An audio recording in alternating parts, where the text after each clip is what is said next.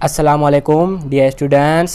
तो कैसे हैं आप सब? उम्मीद करता हूं कि आप सब खैरियत से होंगे और पढ़ाई को एंजॉय कर रहे होंगे।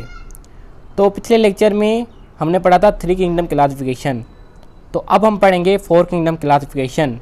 सबसे पहले मैं आपको बता दूं कि अब हमारे चैनल पे रोज़ाना एक लेक्चर आएगा।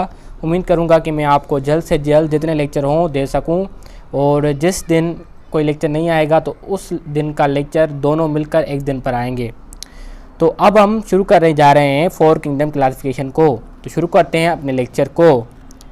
After the clear concept for kingdom classification में कौन सा किंगडम आया था? किंगडम प्रोटेस्ट आया था। उसके बाद कोपलैंड 1959 कोपलैंड ने came forward with a 4 kingdom system to classify the living beings. वो कौन सा किंगडम लेके आया? 4 किंगडम सिस्टम लेकर आया। अब देखते हैं कि 4 किंगडम कौन सा था। He designed a new kingdom named as Monera. इसने जो नया किंगडम डिज़ाइन दिया उसका नाम था Monera. To place all the lower protist which include prokaryotic unicellular organisms. अब ये कह रहा है कि उसमें उसने कौन से लिविंग ऑर्गेनिजम्स को प्लेस किया? उसमें उसने प्लेस किए लोअर प्रोटिस्ट।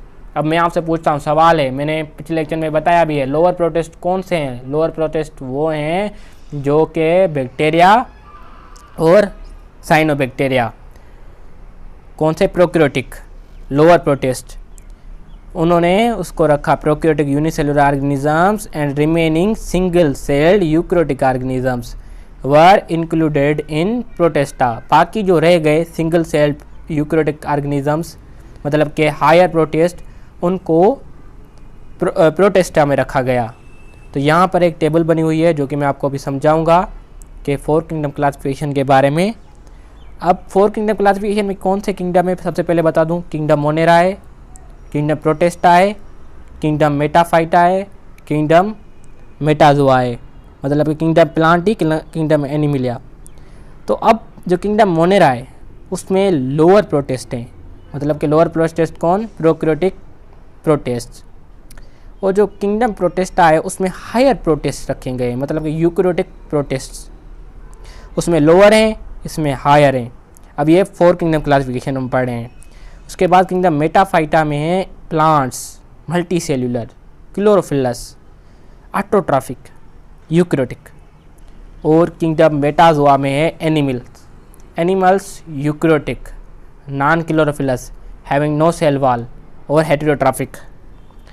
और अब अगर हम इनके एग्जाम्पल देखें सभी के, तो कुछ एग्जाम्पल हम ले लेते हैं। किंगडम मोनेरा में जो प्लेस किए गए थे 4 किंगडम मोनेरा है जिसमें bacteria and blue green algae को प्लेस किया गया जो कि लोअर प्रोटिस्ट है। और किंगडम प्रोटेस्टा में हायर प्रोटिस्ट को प्लेस किया गया जैसे अल्गी एंड फंजी। और किंगडम मेटाफाइटा में तो पहले ही था 2 किंगडम क्लासिफिकेशन जो भी हमने पढ़ी थी, उसमें ब्रायोफाइट्स, टेट्रोफाइटा, जिम्नोस्पर्म्स एंड एंजियोस्पर्म्स। और उसके बाद है किंगडम मेटाजोआ जिसमें एनिमल्स पाए जाते हैं जो कि यूकैरियोटिक है। तो उनमें इनवर्टिब्रेट्स एंड वर्टिब्रेट्स, बिना करंगे वाले जानवर और करंगे वाले जानवर।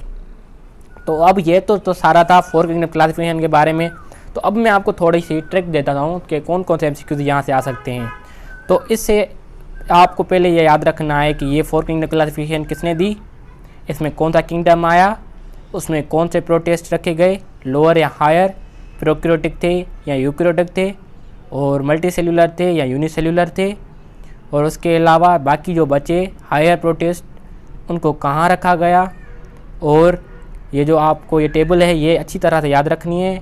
और उसके अलावा ये भी आपको याद रखना है कि जो मतलब कि आपको ऐसे आ सकता है कि bacteria in kingdom 4 kingdom classification is place in the which kingdom. तो आपको ये MCQs को करना है किंगडम मोनेरा में रखा गया था 4 किंगडम क्लासिफिकेशन में।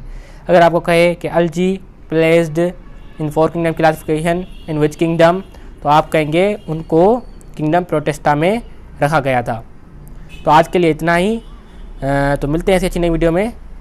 तब तक के लिए अपना ख्याल रखिए। Wish you all the best and I love you all.